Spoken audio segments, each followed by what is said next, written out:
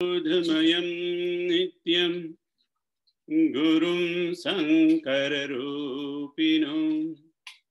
यमाश्रितो हि वक्रोऽपि चन्द्रः सर्वत्र वन्द्यते।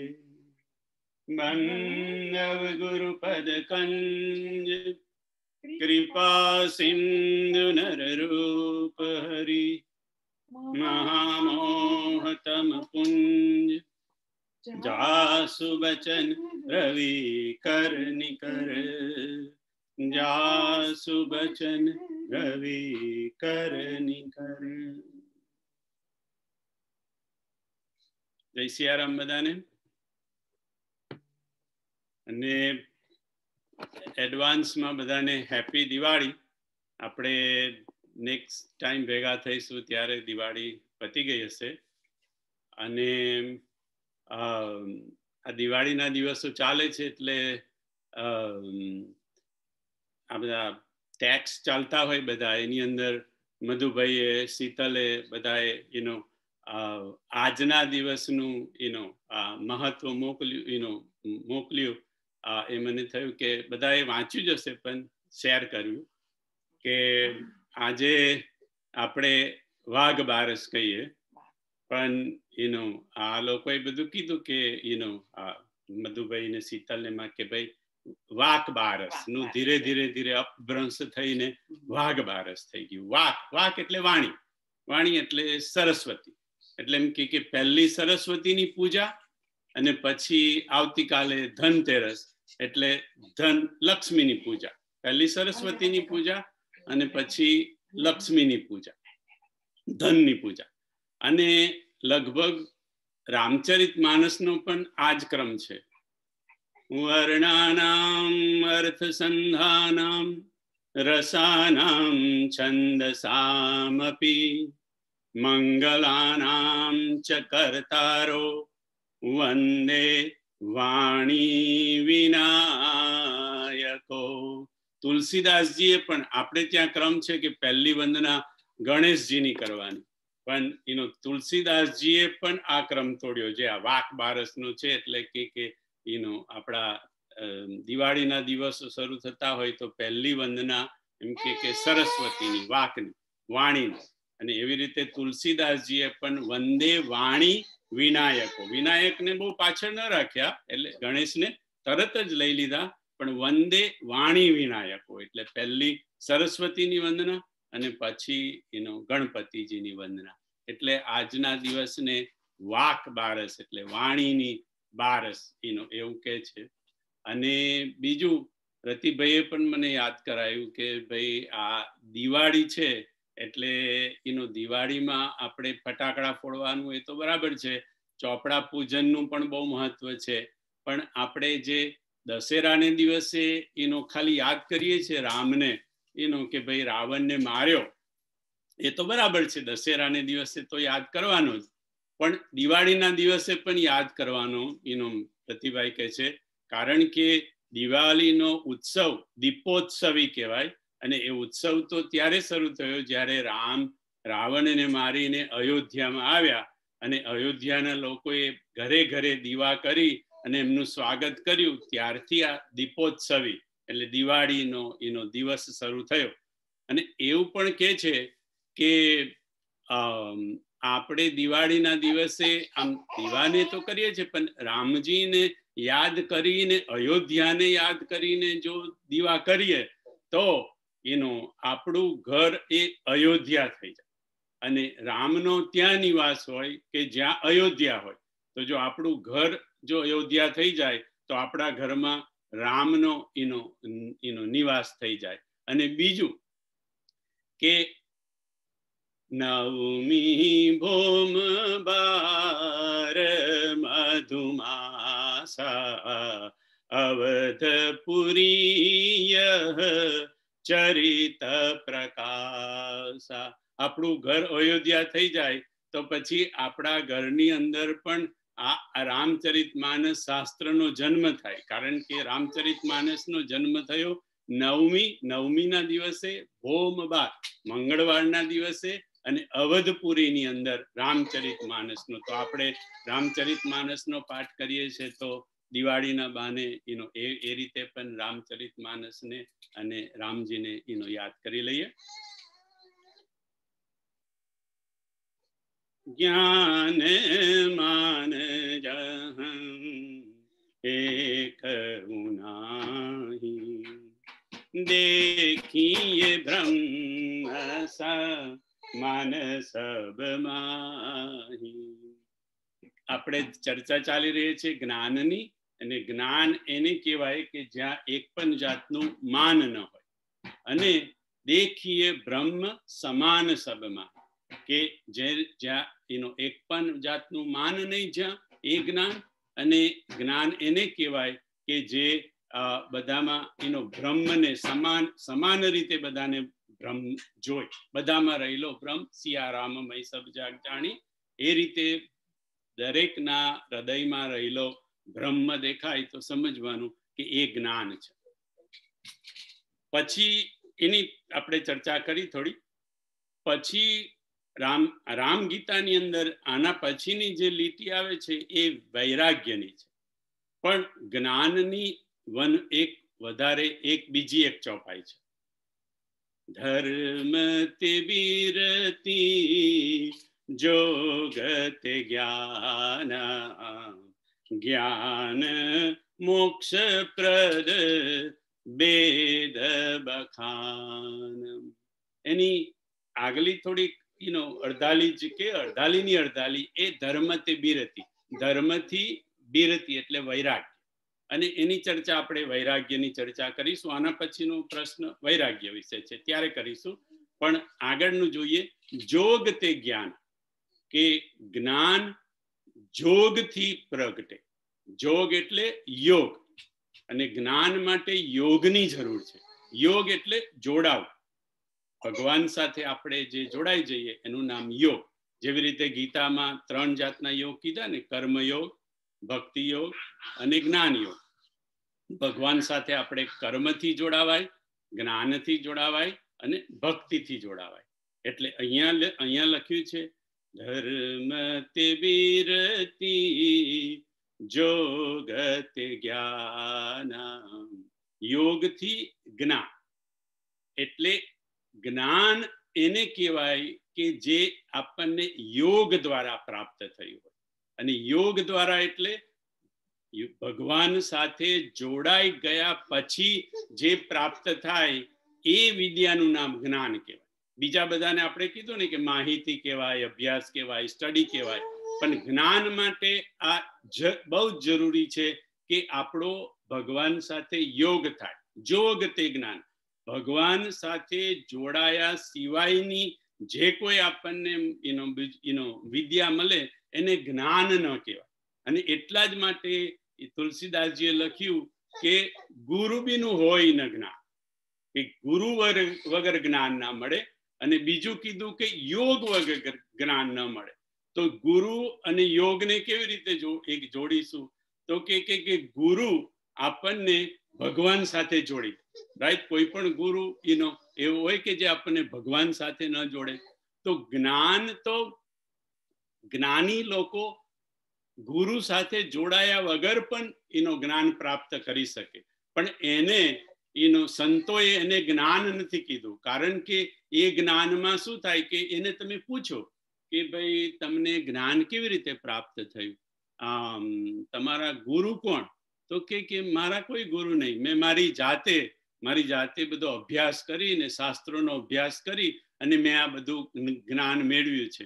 અને જેવું મેં આવ્યું એટલે અભિમાન આવ્યું. અને આપણે જોયું કે જ્ઞાન માન જ એક ઉનાહી, જેવું માન આવ્યું, જેવું અભિમાન આવ્યું એટલે એ જ્ઞાનને સંત લોકો, બુદ્ધ પુરુષ લોકો એને જ્ઞાન ગણતા નથી. તો જ્ઞાન કયું કહેવાય? કે જે આપણને ભગવાનની જોડે યોગ થઈને મળ્યું હોય, તે ભગવાન સાથે જોડાઈ જાય.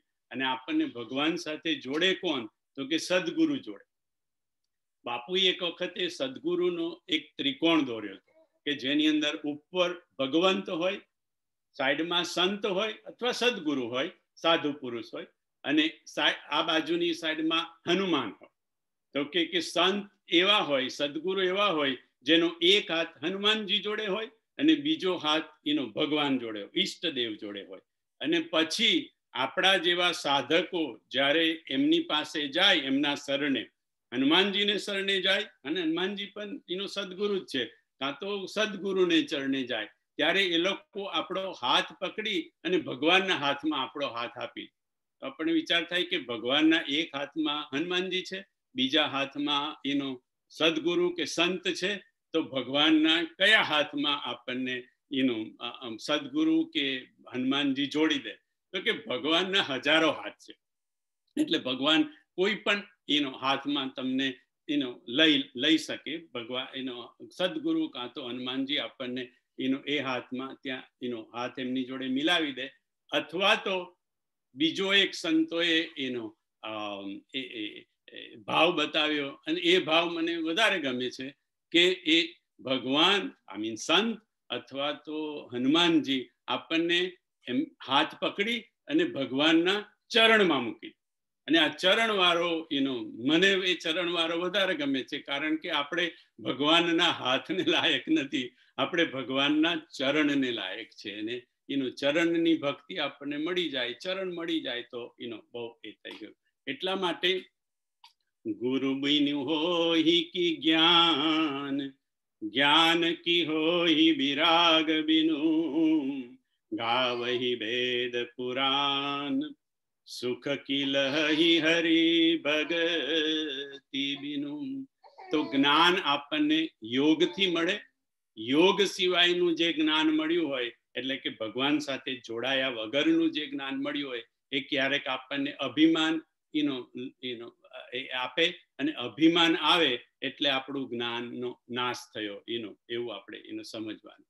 એટલા માટે ગીતામાં કર્મયોગ, ભક્તિ યોગ અને જ્ઞાન યોગ ત્રણ દ્વારા ભગવાન પાસે કેવી રીતે આપણે પહોંચીએ, કેવી રીતે જઈ શકીએ, એવું ગીતાની અંદર બતાવ્યું. કર્મથી પણ જોડાઈને ભગવાન પાસે જવાય. જ્ઞાન તે જોગ તે જ્ઞાના, એટલે જ્ઞાનથી પણ ભગવાન પાસે જોડાઈ જવાય, અને ભક્તિથી પણ ભગવાન પાસે જોડાઈ જવાય. પણ આપણે જે રામ ગીતાનું અત્યારે દર્શન કરી રહ્યા છે, તેમાં બે જ યોગ બતાવ્યા છે. કર્મયોગ, ભક્તિ યોગ અને જ્ઞાન યોગ માંથી બે જ યોગ બતાવ્યા છે. એક તો જ્ઞાન યોગ બતાવ્યો, જોગ તે જ્ઞાન, એટલે કે જ્ઞાનથી જોડાઈ જવાનું બતાવ્યું. અને પછી છેલ્લી લીટી, જે છેલ્લી ચોપાઈ છે, તેમાં કીધું કે ભક્તિ જોગ સુની અતિ સુખ પાવા, લક્ષ્મણ પ્રભુ ચરણની સિરુનાવા. એટલે કે ભક્તિ યોગની વાત કરી. તો બે જ યોગની કેમ વાત આવી રામ ગીતામાં? જ્ઞાન યોગની વાત આવી અને ભક્તિ યોગની. જ્ઞાનથી પણ ભગવાન સાથે જોડાઈ જવાય, ભક્તિથી પણ ભગવાન સાથે જોડાઈ જવાય. પણ ગીતામાં તો કીધું કે કર્મથી પણ જોડાઈ જવાય. તો કર્મની વાત કેમ અહીંયા આગળ ના આવી? અને આપણે કર્મને માટે લક્ષ્મણ ગીતા જોઈ. લક્ષ્મણ ગીતામાં પણ આપણે કર્મની ઘણી વાતો જોઈ, પણ તેમાં કર્મ યોગની વાત ત્યાં પણ ન આવી. એનો સંતોએ એક અર્થ એવો કાઢ્યો કે ભક્તિથી તો ભગવાન સાથે આપણે ભક્તિ કરવી હોય તો ભગવાન સાથે જોડાવું જ પડે. જ્ઞાન પ્રાપ્ત કરવું હોય તો સદગુરુને લાવવા પડે વચ્ચે, અને સદગુરુ એ આપણને ભગવાન સાથે જ જોડાવી દે. પણ કર્મથી જે ભગવાન સાથે જોડાવાય ને, એ કર્મથી ભગવાન સાથે જોડાવાય કે ન પણ જોડાવાય. કર્મ તમને હંમેશા ભગવાન સાથે જોડે કે ન પણ જોડે.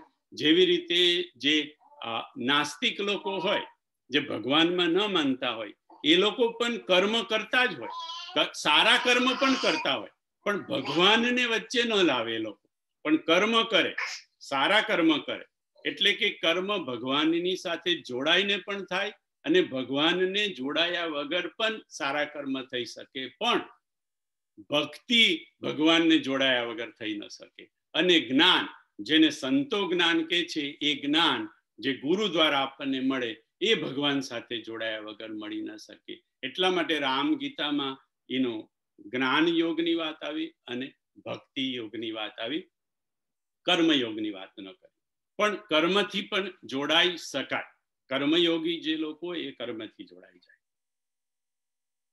પણ કર્મથી જોડાવામાં અને ભગવાન સાથે જોડાયા વગર જે જ્ઞાનીઓ જ્ઞાન પ્રાપ્ત કરે એ બંનેમાં અભિમાનનો ખતરો છે.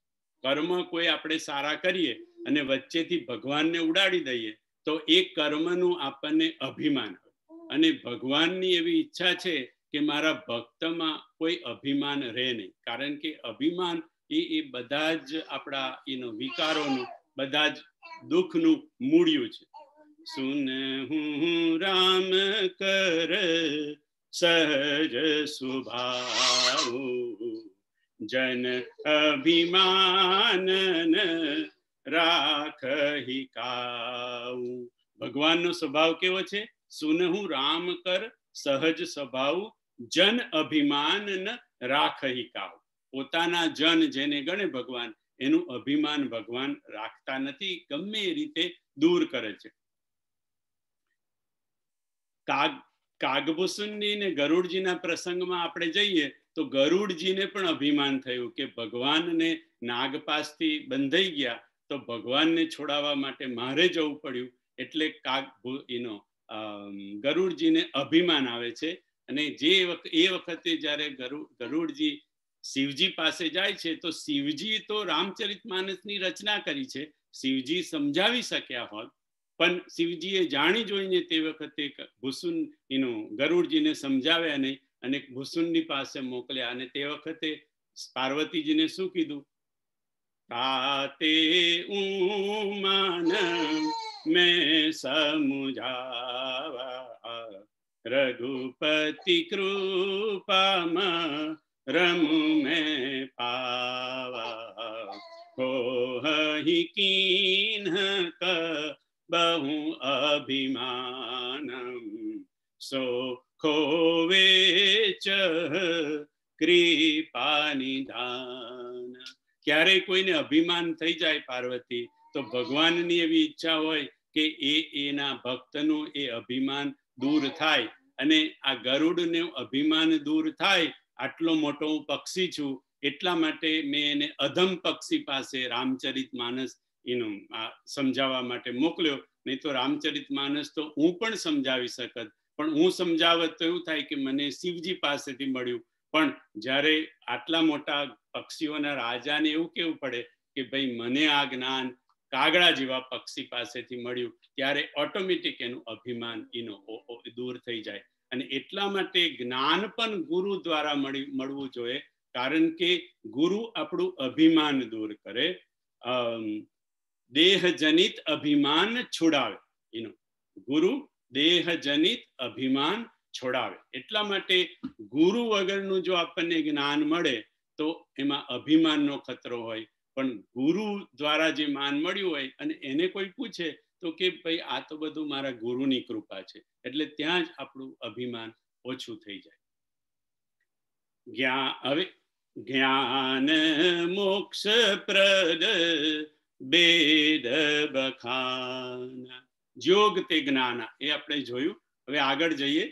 જ્ઞાન મોક્ષ પ્રદ બેદ બખાન. રામજી લક્ષ્મણજીને કહી રહ્યા છે કે ભાઈ જ્ઞાન એ મોક્ષપ્રદ, એ જ્ઞાન એ મોક્ષપ્રદ એટલે મોક્ષની પ્રાપ્તિ કરાવે આપણને. તો કેવળ જ્ઞાન જ મોક્ષની પ્રાપ્તિ કરાવે એવું નથી, ભક્તિ પણ મોક્ષની પ્રાપ્તિ કરાવે. અને કર્મ યોગી યોગી બનીને કર્મ કરે એ પણ ગીતામાં 3 બતાવ્યું. કર્મ યોગી બનીને પણ મોક્ષ મળે, જ્ઞાન દ્વારા પણ મોક્ષ મળે અને ભક્તિ દ્વારા પણ મોક્ષ મળે. પણ અહીંયા ભગવાને કીધું જ્ઞાન મોક્ષ પ્રદ બેદ બખાન, કે જ્ઞાનથી આપણને મોક્ષ મળે, પણ ભક્તિથી પણ મળે અને કર્મથી પણ મળે. પણ મેં હમણાં આગળ કીધું એવું કે કર્મથી જે ભગવાનને મેળવવાની જે વાતો છે એ રામચરિત માનસમાં બહુ નથી. ગીતામાં એનો ઉલ્લેખ છે, પણ રામચરિત માનસમાં એનો કર્મનો ઉલ્લેખ છે, પણ એટલો બધો નથી જેટલો ભક્તિ પર ભાર છે. અને આ જ્ઞાનથી મોક્ષ મળે અને ભક્તિથી મોક્ષ મળે એની ચર્ચા કાગભૂસુંડી અને ગરુડજી એની સાથે ઉત્તરકાંડની અંદર એનો થયેલી છે. તો આના પછીનો જે પ્રશ્ન છે લક્ષ્મણજીનો કે ભાઈ મને વૈરાગ્ય વિશે કહું જ્ઞાન વિરાગ અરુ માયા. માયા તો આપણે જોયું. વૈરાગ્ય શું છે તે મને કહો, એનો જ્ઞાન શું છે એ મને કહો. પછી કહ્યું કહું ભગતિ કરહું જેહિદાયા. અને ભક્તિ જે છે તે તમે દયા કરીને કૃપા કરીને બધાને ભક્તિ આપો છો, એ ભક્તિ શું છે તે પણ મને સમજાવો. તો જ્ઞાન અને ભક્તિ એ પ્રશ્ન તો બંને છે લક્ષ્મણજીના, અને આ બંનેને એક સાથે ચર્ચા કરી છે કાગભૂસુંડી ને ગરુડજીએ એના ઉત્તરકાંડમાં. એમાં ગરુડજી કાગભૂસુંડીજીને પૂછે છે કે તમારી પાસે તો જ્ઞાન પણ છે, તમારી પાસે તો ભક્તિ પણ છે, પણ એમ કે તમારી વાતો સાંભળીને મને એવું લાગે છે કે તમે ભક્તિ પર વધારે ભાર મૂકો છો, અને જ્ઞાનને તમે એમ કે તમને લોમસ મુનિ બધું જ્ઞાન આપવા કોશિશ કરતા હતા, પણ તમે જ્ઞાનને એટલો બધો આદર ના આપ્યો, ભક્તિને વધારે આદર આપ્યો. તો ભક્તિ અને જ્ઞાન એની વચ્ચે અંતર શું છે, એનો ભેદ શું છે તે મને સમજાવો. અને લક્ષ્મણજીના પ્રશ્નમાં પણ જ્ઞાનનો પ્રશ્ન છે અને ભક્તિનો છે. તો આજે એની થોડીક ચર્ચા આપણે સાથે કરી લઈએ, એટલે જ્યારે ભક્તિ વિશે ચર્ચા કરીશું ત્યારે આટલો ભાગ આપણે નહીં ચર્ચા કરવી પડે. જ્ઞાન હિ ભગતિ અંતર કેતા सकल कहूं प्रभु कृपा निकेता. ગરુડજી કાગભૂસુંડીજીને પૂછે છે કે તમે જ્ઞાનને બહુ આદર ના આપ્યો, ભક્તિને વધારે આદર આપ્યો, તો ભક્તિમાં અને જ્ઞાનમાં ભેદ શું છે, તફાવત શું છે, એ તમે મને કહો. તો ગરુડ કાગભૂસુંડીજી એના જવાબમાં કહે છે ज्ञान ही भगति नहीं कछु भेदा उभय हरहि भव संभव खेदा. જ્ઞાનમાં અને ભક્તિમાં કોઈ અંતર નથી હે ગરુડ. બંને વસ્તુ જ્ઞાન અને ભક્તિ આ જગતથી પેદા થયેલા બધા જે દુઃખો છે એ દુઃખોનું નિવારણ કરે અને આપણને મુક્તિ આપે. એટલે આપણે મોક્ષની જે વાત થઈ એ ગરુડજી ને કાગભૂસુંડી કહે છે કે જ્ઞાન પણ મોક્ષ આપે અને ભક્તિ પણ મોક્ષ આપે. જ્ઞાન હિ ભગતિ હિ નહીં કછુ ભેદા ઉભય. ઉભય એટલે બંને.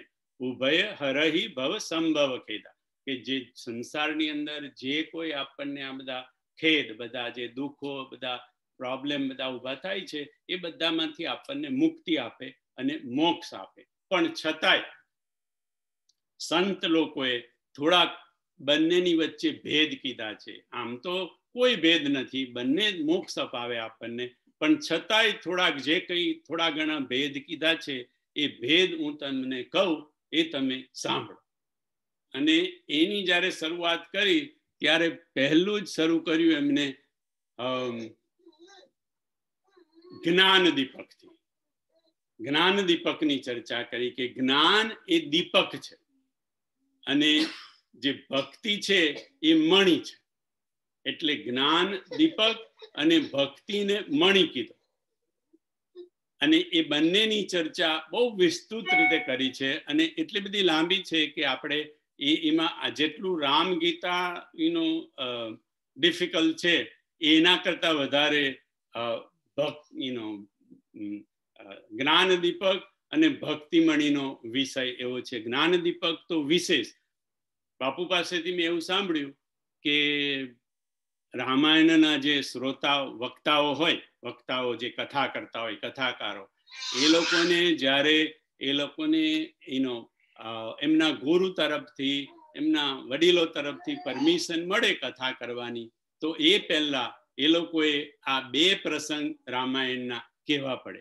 એક જ્ઞાન દીપક સમજાવતા એમને આવડવું જોઈએ, અને બીજું ભરત ચરિત્ર કહેતા આવડવું જોઈએ.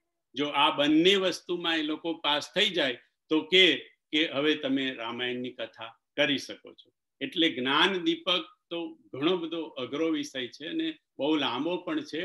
પણ ટૂંકમાં જો કેવું હોય તો ભુસુંડીજી કહે છે કે જ્ઞાન એ દીપક છે, દીવો છે, અને ભક્તિ છે એ મણી છે. હવે દીપક ને મણીમાં ફેર શું? અને એ જ્ઞાન દીપકની પછી મેં કીધું આખી ચર્ચા છે કે શ્રદ્ધા, જીવનમાં શ્રદ્ધા આવે ને પછી ધર્મ આવે ને એ બધું બહુ લાંબુ છે. પણ એમ કે દીપક ને મણીમાં ફેર શું? તો કે દીપકની જ્યોત હોય અને પ્રકાશ બંને આપે. દીવો પણ પ્રકાશ આપે અને મણી પણ પ્રકાશ આપે. પણ જે દીપક હોય, દીપક એટલે દીવો, એની જે જ્યોત હોય એની અંદર જે બધા કામ, ક્રોધ, લોભ એ બધા જે વિકારોના પતંગિયા હોય ને, એ પતંગિયા આવીને બળી મળે. આપણે જોઈએ ને પતંગિયા બધા દીવા તરફ જાય અને બળી મળે.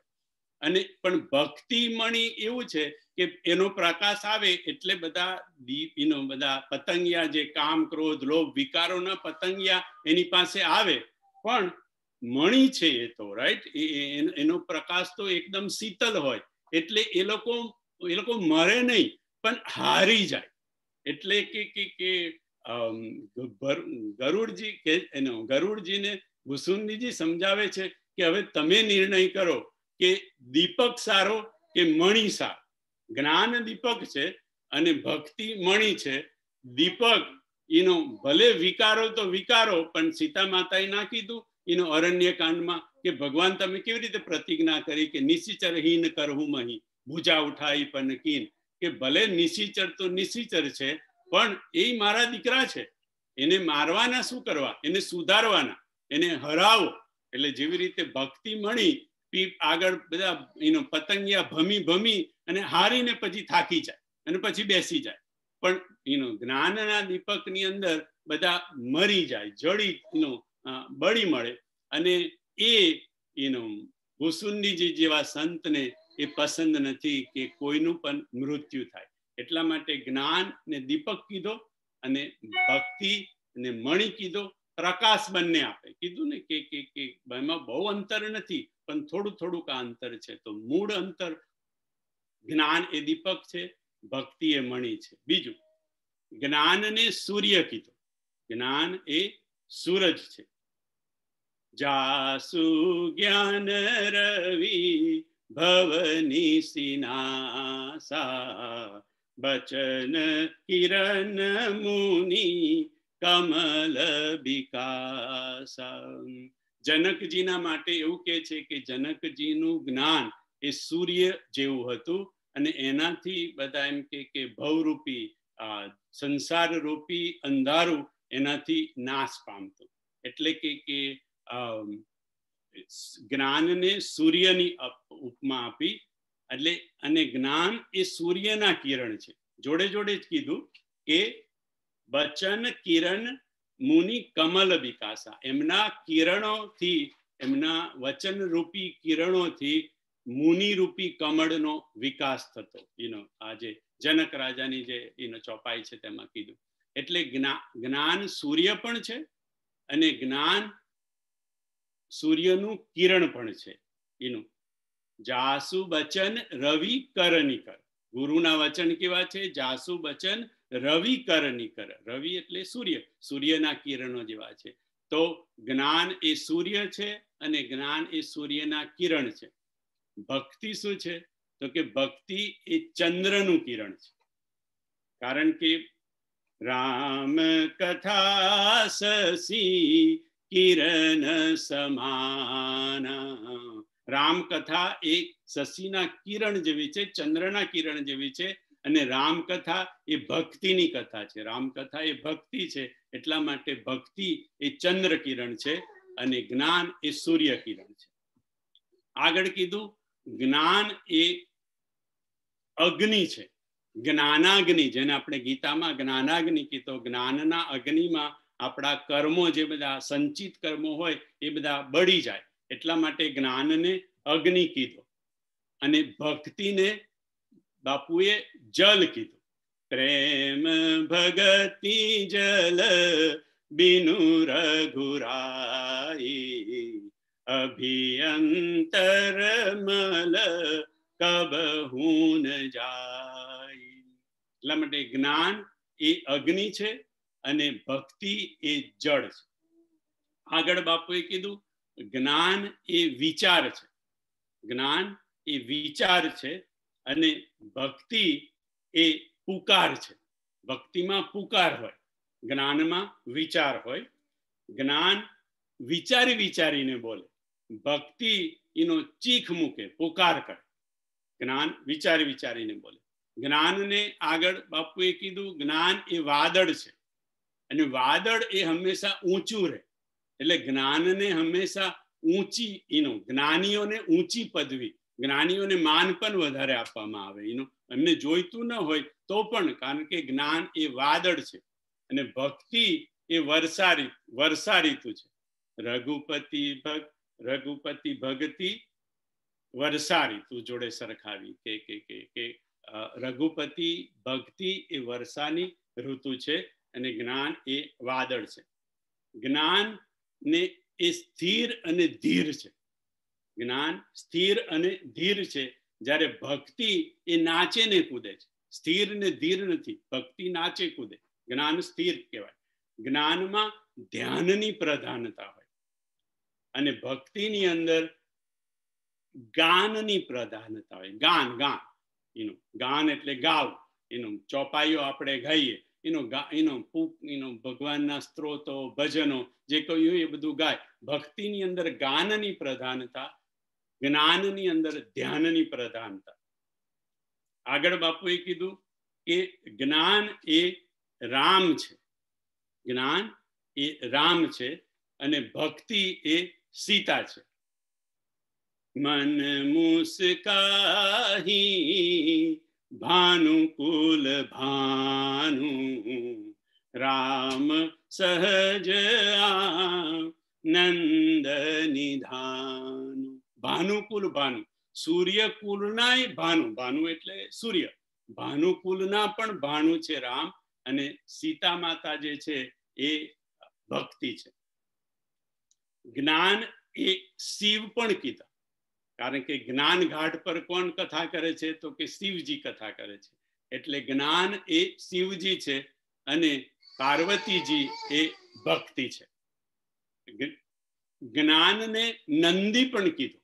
જ્ઞાન નંદી એટલે બળદ, જે એનો શિવજીની આગળ બેઠેલો, બીજા બધા બળદ નહીં, શિવજી આગળ બેઠેલો જે નંદી છે એ નંદી જ્ઞાન સ્વરૂપા છે અને ભક્તિ છે એ ગાય સ્વરૂપા છે. સો નંદી એ જ્ઞાન સ્વરૂપ અને ગાય એ ભક્તિ સ્વરૂપ છે. જ્ઞાન એ વિશ્વાસ છે. શિવજી છે તો વિશ્વાસ છે, જ્ઞાન એ વિશ્વાસ છે અને ભક્તિ એ પાર્વતી છે, એટલા માટે શ્રદ્ધા છે.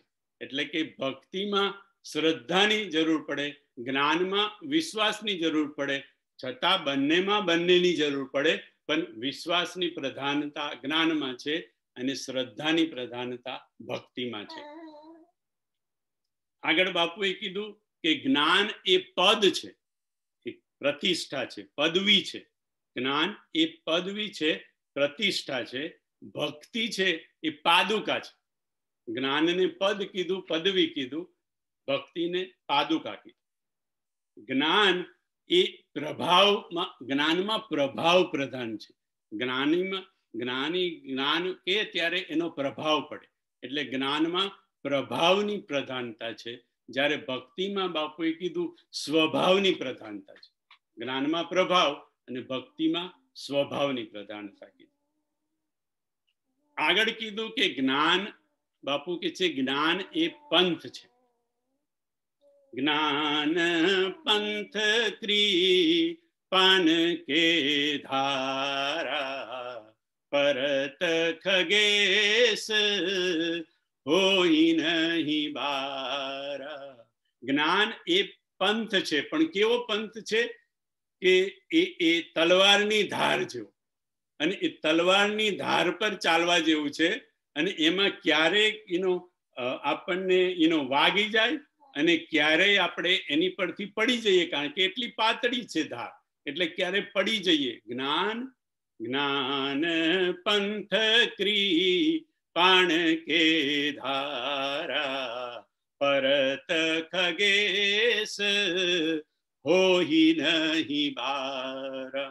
એટલે જ્ઞાનના પંથ પર જ્યારે આપણે ચાલતા હોઈએ ત્યારે ક્યારેય આપણે પડી જઈએ, એની પરથી ઉથલી પડીએ, એનો કોઈ ભરોસો નહીં જ્ઞાનના પંથ ઉપર.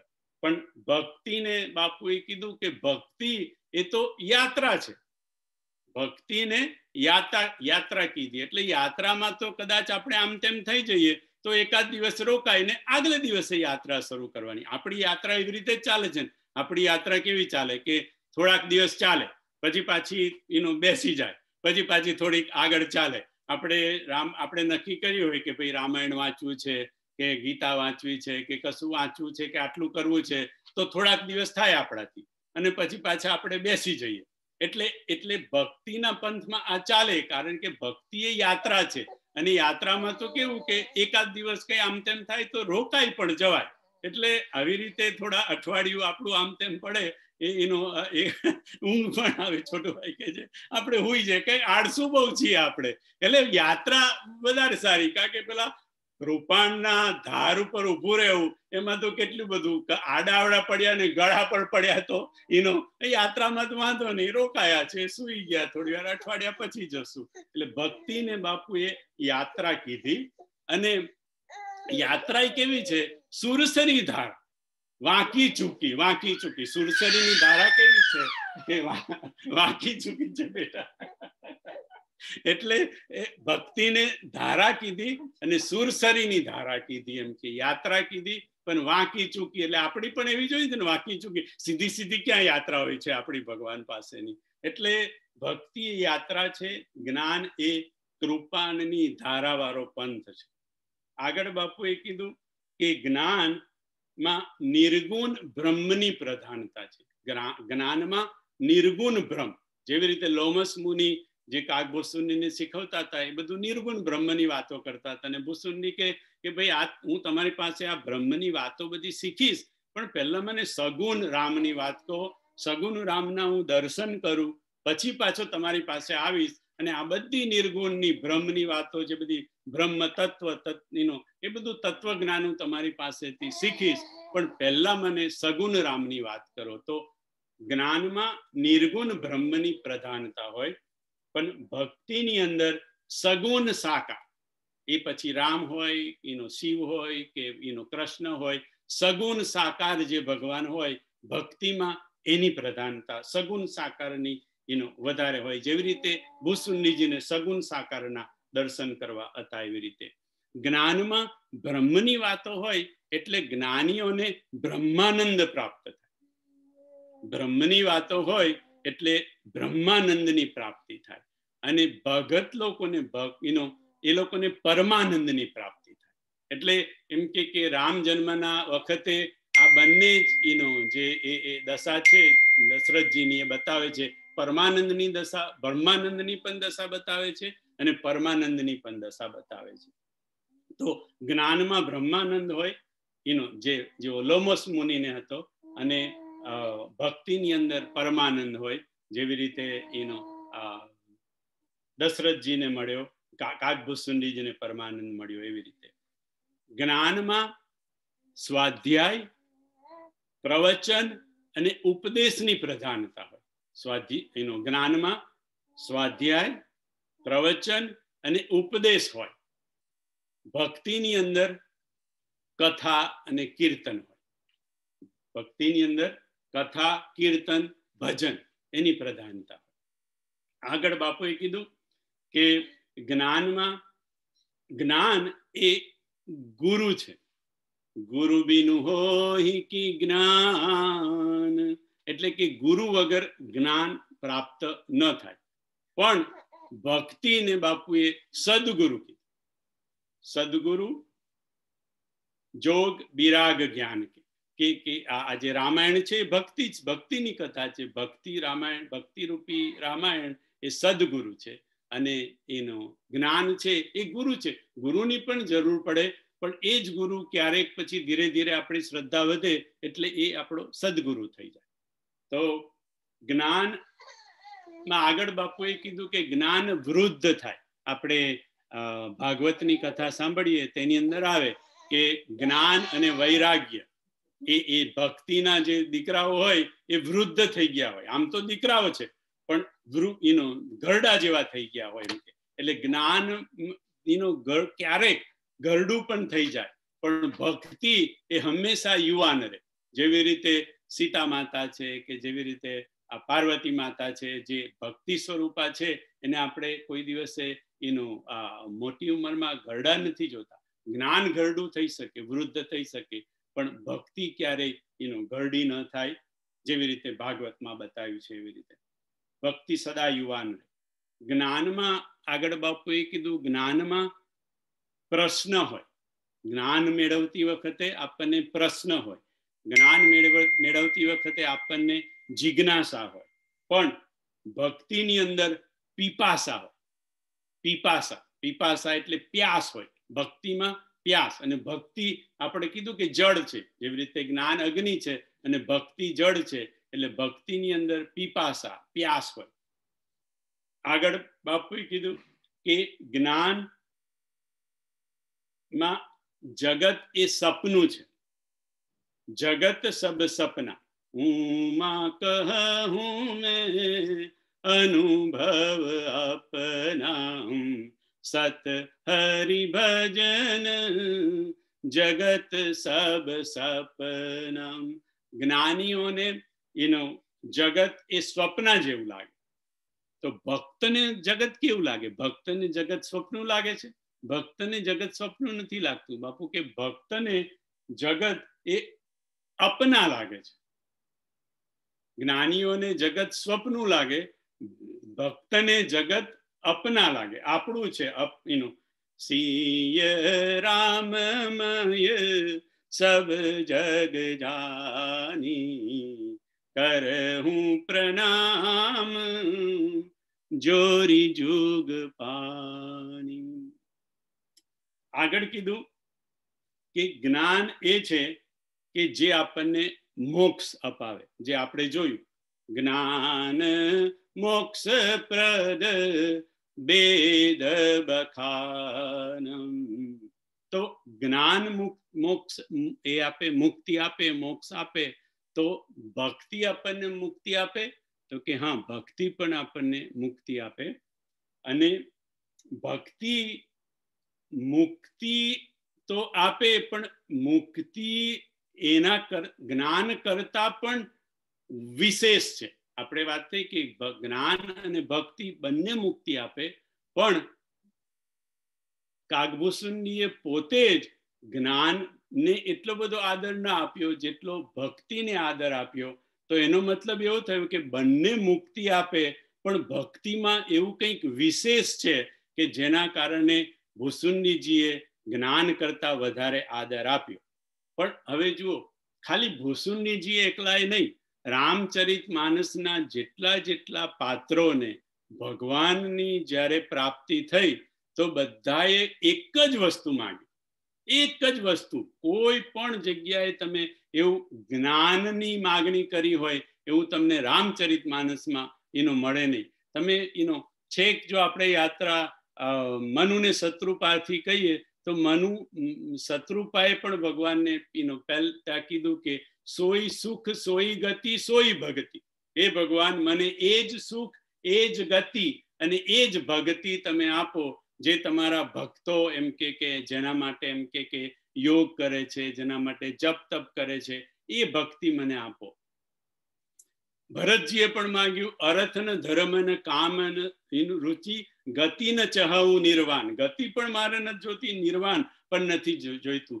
જન્મ જન્મ રતિ રામ પદ. જન્મ જન્મ મને રતિ, એ રતિ એટલે ભક્તિ. આ રતિનો અર્થ છે ભક્તિ. જન્મ જન્મ મને ભગવાન તમારી બ્રાહ્મણા ચરણોની મને ભક્તિ મળે. આપણે સુંદરકાંડમાં પણ ગઈએ છે કે ભક્તિ પ્રયંચ રઘુપુંગવ નિર્ભરામે, કે મને કેવી ભક્તિ આપો, ભક્તિ પ્રયંચ, પ્રયંચ એટલે આપો, મને દાન કરો, કેવી ભક્તિ, ભક્તિ પ્રયંચ રઘુપુંગવ, હે રઘુ શ્રેષ્ઠ, પુંગવ માની શ્રેષ્ઠ, હે રઘુ શ્રેષ્ઠ મને ભક્તિ આપો, કેવી, નિર્ભરા ભક્તિ આપો. નિર્ભરા ભક્તિ કેવી, કે જે નિર્ભરા ભક્તિથી હું નિર્ભર થઈ જાઉં અને હું નિર્ભય થઈ જાઉં, એનો કે જેનાથી મને કોઈ ભાર મારા માથા પર રહે નહીં અને જેનાથી મને કોઈ ભય રહે નહીં. ભય બીનું હોય ને પ્રીતિ, કારણ કે જો ભય જ્યાં સુધી રહેશે ત્યાં સુધી પ્રીતિ નહીં થાય ને પ્રીતિ વગર તો ભક્તિ ન થાય. એટલા માટે ભગવાન મને, સુંદરકાંડની માંગણી શું છે, ભગવાન મને એવી ભક્તિ, નિર્ભરા ભક્તિ આપો જે મારા માથા પર કોઈ ભારે ન રહે અને મારા માથા, મારી અંદર કોઈ ભય પણ ન રહે. એટલે ભક્તિ માગી. કાગભૂષણજીએ શું માગ્યું, અવિરલ ભક્તિ વિશુદ્ધ તવ શ્રુતિ પુરાણ જોગા. ભગવાન મને કેવી ભક્તિ આપો, અવિરલ ભક્તિ. અવિરલ ભક્તિ, અવિરલ એટલે આપણા જેવી, આપણી જે યાત્રામાં હમણાં છોડુભાઈ કેવી આપણે સુઈ જઈએ અઠવાડિયું, એવી નહીં, અવિરલ, જે કાયમ વહેતી હોય, કાયમ રહેતી હોય એવી મને ભક્તિ આપો. અવિરલ ભક્તિ વિશુદ્ધ તવ શ્રુતિ પુરાણ જોગાવ, એ ભગવાન મને તમે એનો એવી ભક્તિ આપો. તો રામાયણના જેટલા પાત્રોએ ભક્તિ માગી, ઇવન શિવજીએ પણ એમની પાસે, રામજી પાસે કીધું કે મને તમારી ભક્તિ સદા સત્સંગ, મને ભક્તિ આપો ભગવાન તમારી અને મને તમારો સદા સત્સંગ, જે આપણે કરી રહ્યા કે મને સદા સત્સંગ મળે એવો મને સત્સંગ આપો. શિવજીની પણ એવી માંગણી છે.